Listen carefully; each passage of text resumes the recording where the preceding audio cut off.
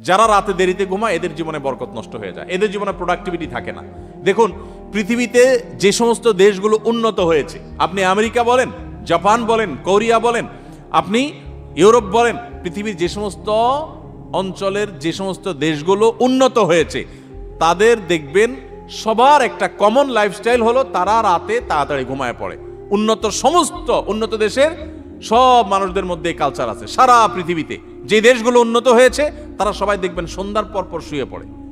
আর আমাদের বাঙালির রাত শুরুই হলো 10টার পর, তাই না? আমরা অফিস আদালত থেকে আইসা বাসায় রিমোট নিয়া জামা টামার খুলে ধুইয়া বৈশা, এরপরে আমরা এশার নামাজ যদি পড়ি নামাজি হই, আর বেনামাজি হলে তার কোনো কথাই নেই।